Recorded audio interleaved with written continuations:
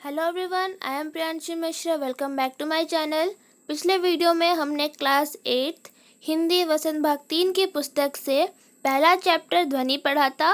इस वीडियो में हम उसका एनसीईआरटी सॉल्यूशन करेंगे। तो चलिए वीडियो को शुरू करते हैं। पहले हम कविता से शुरू करेंगे। पहला प्रश्न, कवि को ऐसा विश्वास क्यों है कि उनका अंत अभी नहीं होगा? उत्तर, कवि के अंदर जीवन जीने की उत्साह, प्रेरणा और ऊर्जा जाग उठी है। वह युवा पीढ़ी को आलस्य की दिशा से उबारना चाहते हैं। अभी उन्हें काफ़ी काम करना है। वह स्वयं को काम के सर्वथा उपयुक्त मानते हैं, इसलिए उन्हें विश्वास है कि उनका अभी अंत नहीं होगा। हम दूसरे प्रश्न पर चलते हैं।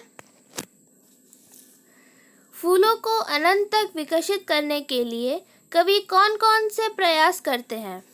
उत्तर, फूलों को अनंत तक विकसित करने के लिए कवि उन्हें कलियों की स्थिति से खिले फूल बनाना चाहते हैं। कवि का मानना है कि उनके जीवन में वसंत आया हुआ है, इसलिए वह कलियों को हाथों के वासंती स्पर्श से खिला देंगे। वह फूलों की आंखों से आलस्य हटाकर उन्हें चुस्ती व जागरूक करना तथा अपने नवजीवन के अमृत से सींचना चाहते हैं। दूसरे प्रश्न पर चलते हैं। कवि पुष्पों की तंद्रा और आलस्य दूर हटाने के लिए क्या करना चाहते हैं? उत्तर, कवि पुष्पों की तंद्रा और आलस्य दूर हटाने के लिए उन पर अपना कोमल हाथ फेरकर उन्हें जगाना चाहते हैं। वह उन्हें चुस्ती, प्राणवान, अभावान व पुष्पित करना चाहते हैं, ताकि वे वसंत के सौंदर्य को और भी मनोहर बना दें। कवि नींद में पेड़ युवकों को प्रेरित करके उनमें नए उत्सर्ग के स्वप्न जगा के उनका आलस्य दूर भगा के तथा वह उनमें नए उत्साह का संचार करना चाहते हैं। तो ये था कविता से का लास्ट क्वेश्चन। अब हम कविता से आगे पे चलते हैं। पहला प्रश्न, वसंत को ऋतुराज क्यों कहा जाता है? उत्तर, हमारे देश में 6 ऋतुएं होती हैं, यथा ग्रीष्म, वर्षा, शरद, हेमंत, शिशिर यानी सर्दी एवं वसंत ऋतु। इसमें वसंत को ऋतुराज कहते हैं क्योंकि इस ऋतु में ना अधिक सर्दी पड़ती है और ना ही अधिक गर्मी। अंग्रेजी महीने के अनुसार ये मार्च अप्रैल में होती है। इस समय पंचतत्व अपना प्रकोप छोड़ के सुहावने रूप में प्रकट होते हैं। पेड़ों पर नए कोपले आने लगती हैं, चारों ओर हरियाली छा जाती है, शीतल मंद हवा सबको मोहित कर देती है। इसमें वसंत पंचमी नानक त्योहार आता है। पीली सरसों खिलती हैं, पेड़ों पर नए पत्ते, नए कोपले आती हैं, आम के बोर भी लगते हैं।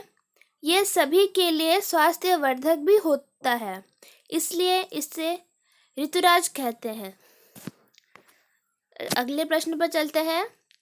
वसंत ऋतु में आने वाले त्योहारों के विषय में जानकारी एकत्र कीजिए और किसी एक त्योहार पर निबंध लिखिए। तो उत्तर देखते हैं। वसंत ऋतु का समय फाल्गुन, चैत तथा वैशाख माह में आरंभिक दिनों अर्थात मार्च अप्रैल होता है। इसकी अवधि लगभग 2 माह होती है। वसंत ऋतु में कई त्योहार मनाए जाते हैं, जैसे वसंत पंचमी, महाशिवरात्रि, होली आदि। महाशिवरात्रि हिंदुओं का एक महत्वपूर्ण त्योहार है। यह त्योहार हिंदू कैलेंडर के अनुसार फाल्गुन माह के कृष्ण पक्ष की त्रयोदशी को मनाया जाता है। शिव पुराण के अनुसार भगवान शिव सभी जीव जंतुओं के स्वामी एवं अधिनायक है।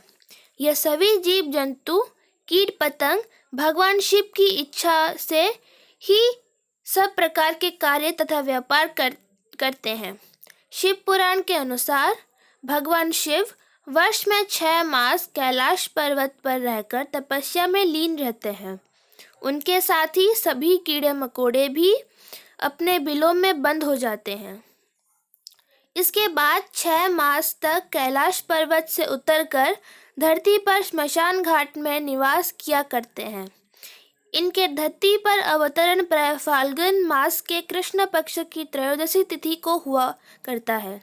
अवतरण का यह महान दिन शिव भक्तों के महाशिवरात्रि के नाम से जाना जाता है। अब हम भाषा की बात में चलते हैं। निम्नलिखित पुनरावृत्त शब्दों का वाक्य में प्रयोग कीजिए। बातों बातों में, रह रहकर, लाल लाल, सुबह सुबह, रातों रात, घड़ी घड़ी। ये वो शब्द है जो हम जनरली हमारे दैनंदिन जीवन में यूज़ करते हैं। तो इसका उत्तर देख लेते हैं। बातों बातों में, बातों बातों में कब घर आ गया पता ही नहीं चला। रह रहकर, कल रात से रह रहकर बारिश हो रही है। लाल लाल, लाल लाल आंखों से पिताजी अमर को घूर रहे थे। सुबह सुबह, दादी जी सुबह सुबह ही पूजा करने मंदिर निकल जाती हैं। रातों रात, ईश्वर की कृपा से रमन रातों रात अमीर हो गया। घड़ी घड़ी, घड़ी घड़ी शिक्षक उसे पढ़ाई में ध्यान लगाने के लिए टोकते रहते हैं। तो इसी के साथ इस चैप्टर का एनसीईआरटी सॉल्यूशन ख़त्म होता है। Thanks for watching. अगले वीडियो में मैं एक नया टॉपिक लेके आऊँगी। तब तक के लिए keep watching, keep learning. Thank you.